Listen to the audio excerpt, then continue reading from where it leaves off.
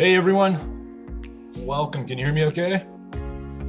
Awesome. Well, thanks for coming. I heard some of you have already cracked the beer, and that's okay, but let's please save some. We're going to do a toast at the end, and let's go ahead and we're going to start with a little video tour of the brewery. So Joe, you want to cue that up? Hey everyone, Vito from Imperiale. Here we are in downtown Brentwood on First Street. I'm going to give you a tour of the brewery, but let's start with the area. We have the farmers market out front here, which is awesome. Get local fresh fruit to add in our beer. Let's go on inside.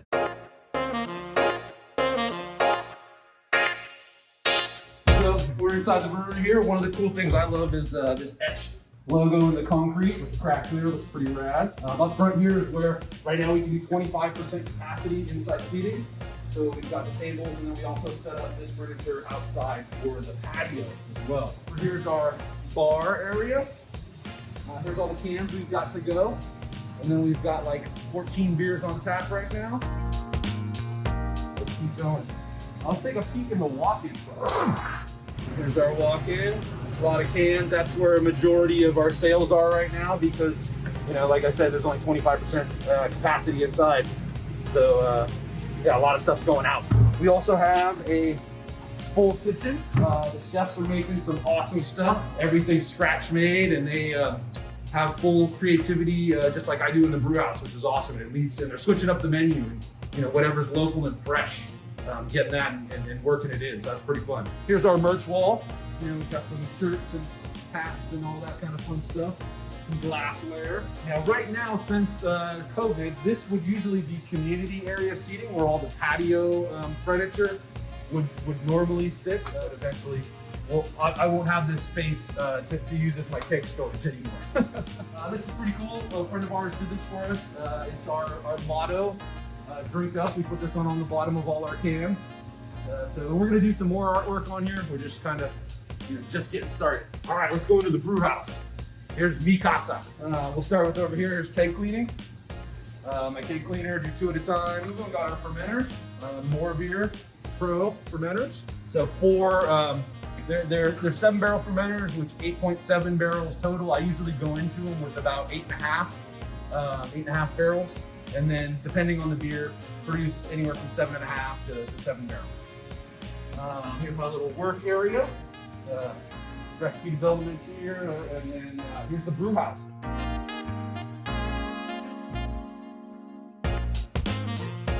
So mash tun over here, boil kettle. I just mashed in. Got a barley wine going. So it's a pretty maxed out mash tun. I'm just gonna make about 6 barrels of this. So just did under, so I didn't have to do 2 mashes. Hot liquor tank back here.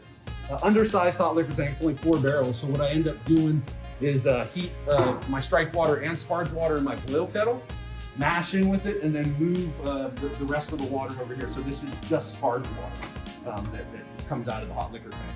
We pieced this system together out of our what we had in our pockets money-wise. So you know, it's kind of a Franken system. Boil kettle. Over here to the control panel. So Colin Kamitsky built this for me. Colin, he works for us. Built that, helped also talk a lot through the process and help me get started. It's all electric, so 3 15,000 watt elements for the boil kettle, and then 3 6,500 watt elements for the hot liquor tank. Heat exchanger. Worth noting, got the glycol chiller from MoreBeer up top there. That's I think a 5-ton glycol chiller from Cold Shop. So yeah, then did all the glycol ourselves. Piped it over here. Got some heat exchanger actually has a glycol run to it too. Did some extra drops over here and over there for future expansion. Probably go to some 14-barrel fermenters next, so we can double batch and push out a little more volume, especially when we're canning and things like that. Then the last area is our milling. So here's my mill. It's an in Italia mill that we got from MoreBeer. I do all the milling out back just to keep the dust out. That's pretty much it.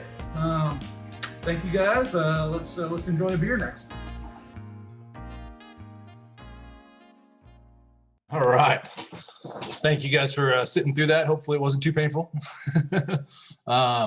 If you haven't, let's go ahead and pour our beers now. And then I will walk through some tasting notes that I took and go through the ingredients process. And then Dave Wonder will be working the chat. So if you got any questions, ping him in the chat, and then Dave will hop on and ask me directly, or I'll see them and respond accordingly. And remember to save some beer, guys and gals, for the end here, for our toast when we're done. I think I'll join you, Vito. I think it's appropriate. There he is. Shouldn't drink alone. Exactly. Thank you. It's the only voice there. It was a little weird, just hear myself. Or awesome. All right, so let's start. You guys take a sip. I'm just going to talk and go over this. The first thing I'd like to talk about is the concept and where how that came about. Obviously, it's Cobra Kai inspired. I don't know if you guys have seen that on Netflix, but just to talk a little bit about how we do our beers every week. Well, I'm brewing twice a week, and every week there's at least one IPA, because IPAs are our best seller, or is the best-selling beer for all breweries, right? But it's generally like a West Coast IPA, what I call like a hybrid IPA, which people West Coast hazy. It's a hazy using 001 drier, like that, and then a hazy beer, a New England IPA that's sweeter, Vermont yeast, more estery. So every week brewing one of those, switching them up depending on like what hops I have in, or things like that. Some of them are reoccurring, but like the beer market right now is like, what have you done for me lately? New. So a lot of it is new concepts, and that's where it gets to be kind of fun too, or frustrating depending on how you look at it, of coming up with these concepts. So my partner Brandon, who's the majority owner of the brewery, had a cool. I hadn't watched Cobra Kai yet, but he had a concept of sweep the dregs. Sweep the legs is the line from Karate Kid, and I was like, it's cool, that sounds great. And for a West Coast IPA, which should be like super clear, right, is one of the things for that. So he had the idea. We had a West Coast on the brewing schedule, and I was like, cool, that's the concept behind there. So it's kind of fun, and it's just fun to come up with that. And we're always keeping sheets, and at least once or twice a week sitting down and going over all the upcoming beers and just kind of riffing on names for them. So that's really fun. And you chose the CellarScience English Yeast for this one? Yeah, I'll get into the ingredients. Don't get ahead. I won't get ahead of myself. We'll go down all that. So let's talk West Coast IPA. So the style. So we know the concept, Cobra Kai, marketing, cool, that's fun.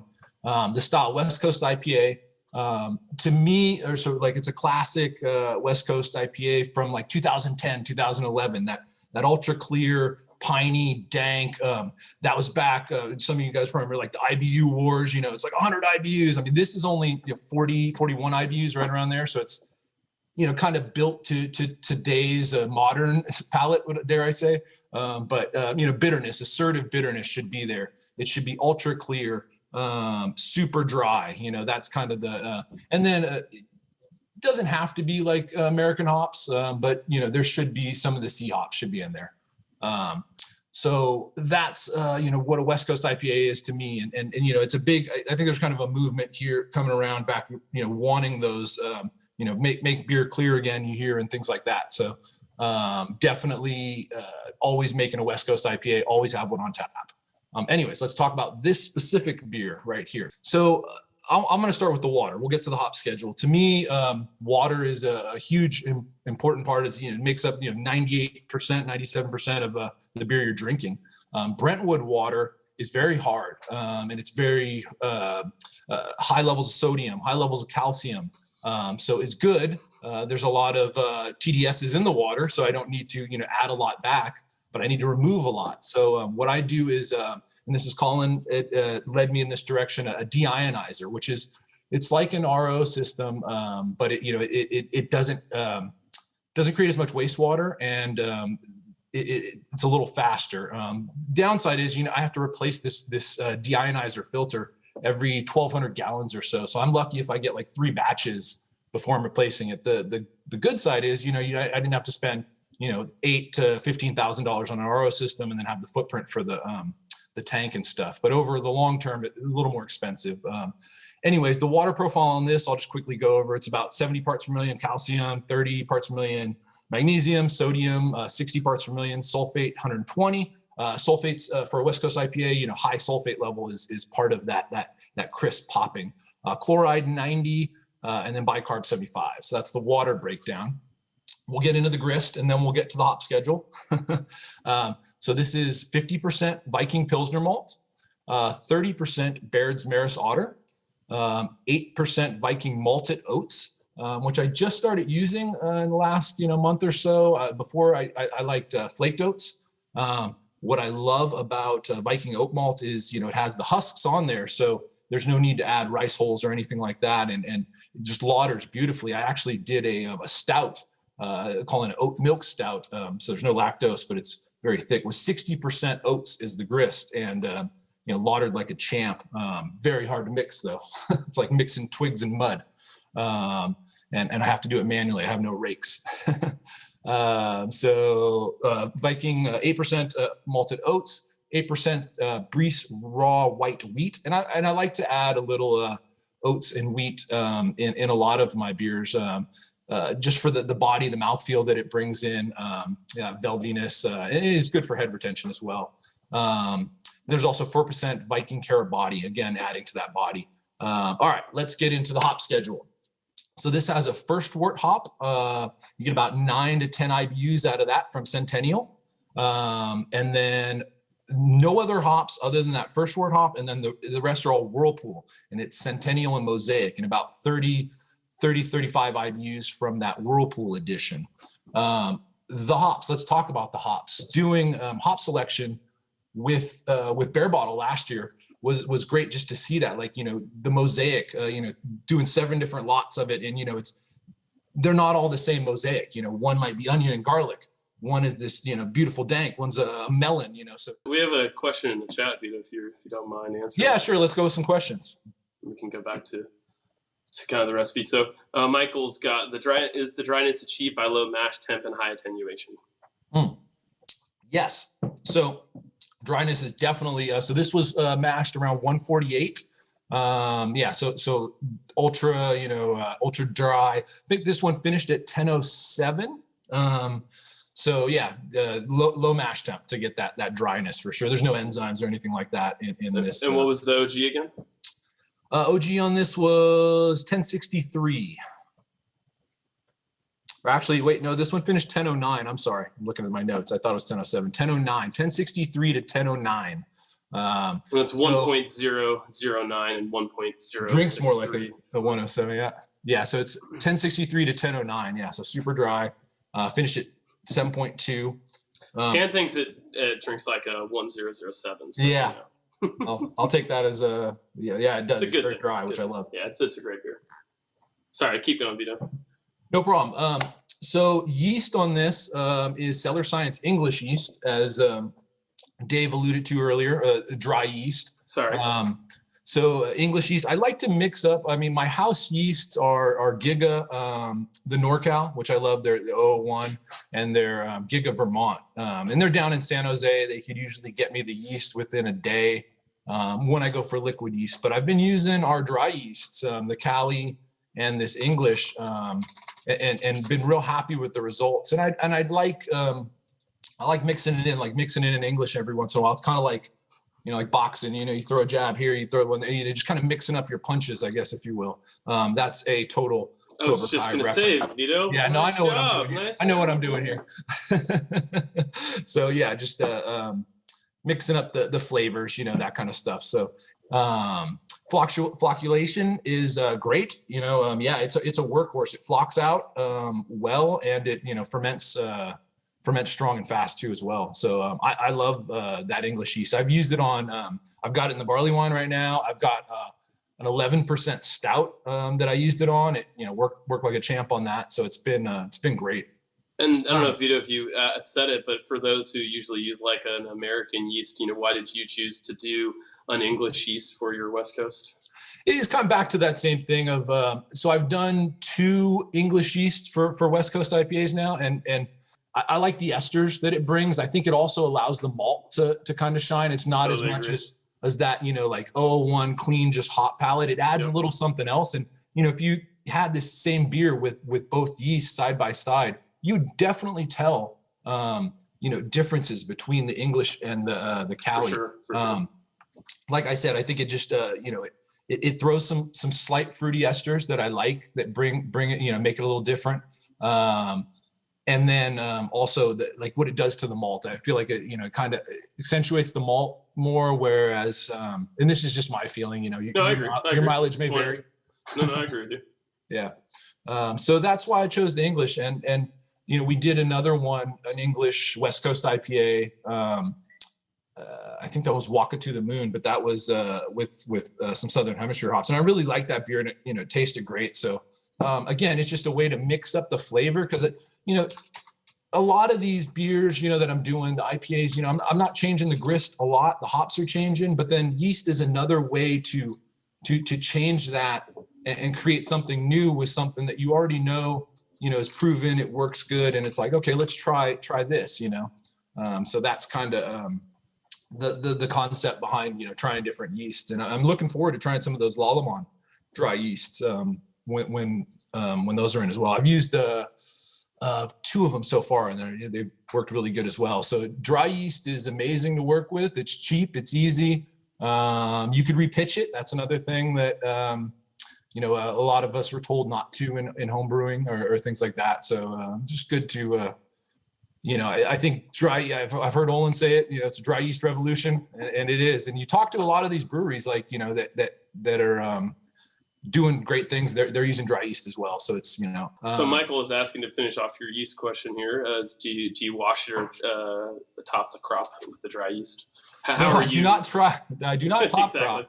Yeah. I don't have, I guess I could theoretically, but I don't have like Russian River's nice, top crop where they rake it off to the side there. No, I'm letting it, chilling a little, letting it drop down and getting that little middle portion. And then how many generations have you tried to do with the dry yeast so far?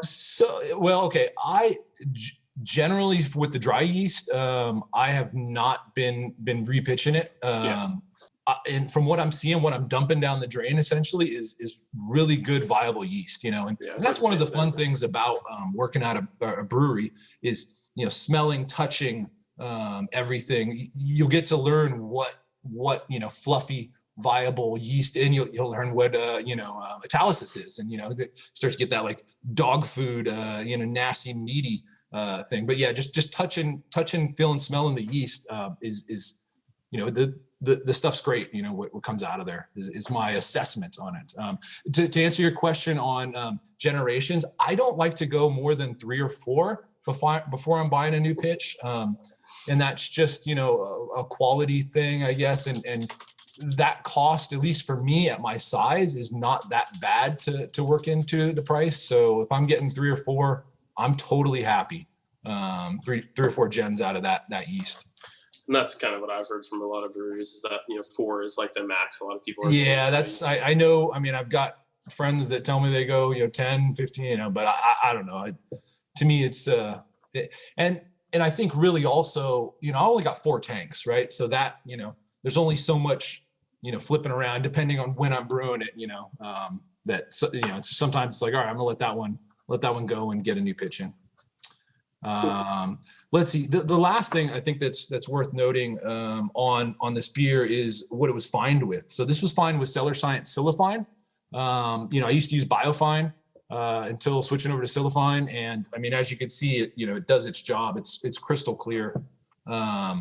So yeah, really happy with the Silifine. That product is working great, and I know some other friends locally that are using it. Okay, so I'm going to go into my tasting notes. So I wrote these down. I wrote these yesterday. I had a beer and wrote these down. So aroma, I get like a big dank marijuana pine up front with a subtle citrus and berry hop aroma, followed by a very faint toasted bread and biscuit malt aroma. So that's kind of the aroma for me. And everybody's palates and noses are different. So if you get something different, then that's good. Definitely get that pine. Yeah, that's the cool thing about drinking beer is there's no right or wrong answer. Like it's you smell the aroma, what you get, that's awesome. Appearance, so straw, almost pale golden color, very clear white head and small tight bubbles. That's the appearance for me. I think we should, well, I guess, everybody sees colors differently, but appearance we should all agree on pretty much. Flavor. I get a assertive hop flavor with an earthy pine, resin, and grapefruit notes. Slight bready, toasted biscuit malt flavor, and a very dry finish. So that's the flavor for me. Mouthfeel, medium body, high carbonation, and a slight alcohol warmth, because it's 7.2. What I just like to say cheers to you guys. Well, I know we're gonna do a toast here, and we'll get onto that. But thank you guys for listening to me ramble about this beer and watching my video, and thank you guys for this opportunity. I'm really just thankful, to the company for organizing this. This is really cool. I know some of this beer made its way over to the East Coast, and I'm a firm believer in beer shouldn't travel more than 25 miles. But in this case, I'll make an exception, and hopefully it made it to you guys in a good manner and was not heated up too much in the process, and is still tasting good. So we got a cat. Yep, there we go. It's cool. It's cool to see, Vito. Congrats on this, an amazing beer. Yeah. So cheers to you guys. Thank you. Hopefully everyone enjoys it. And thanks everyone. Cheers. Cheers.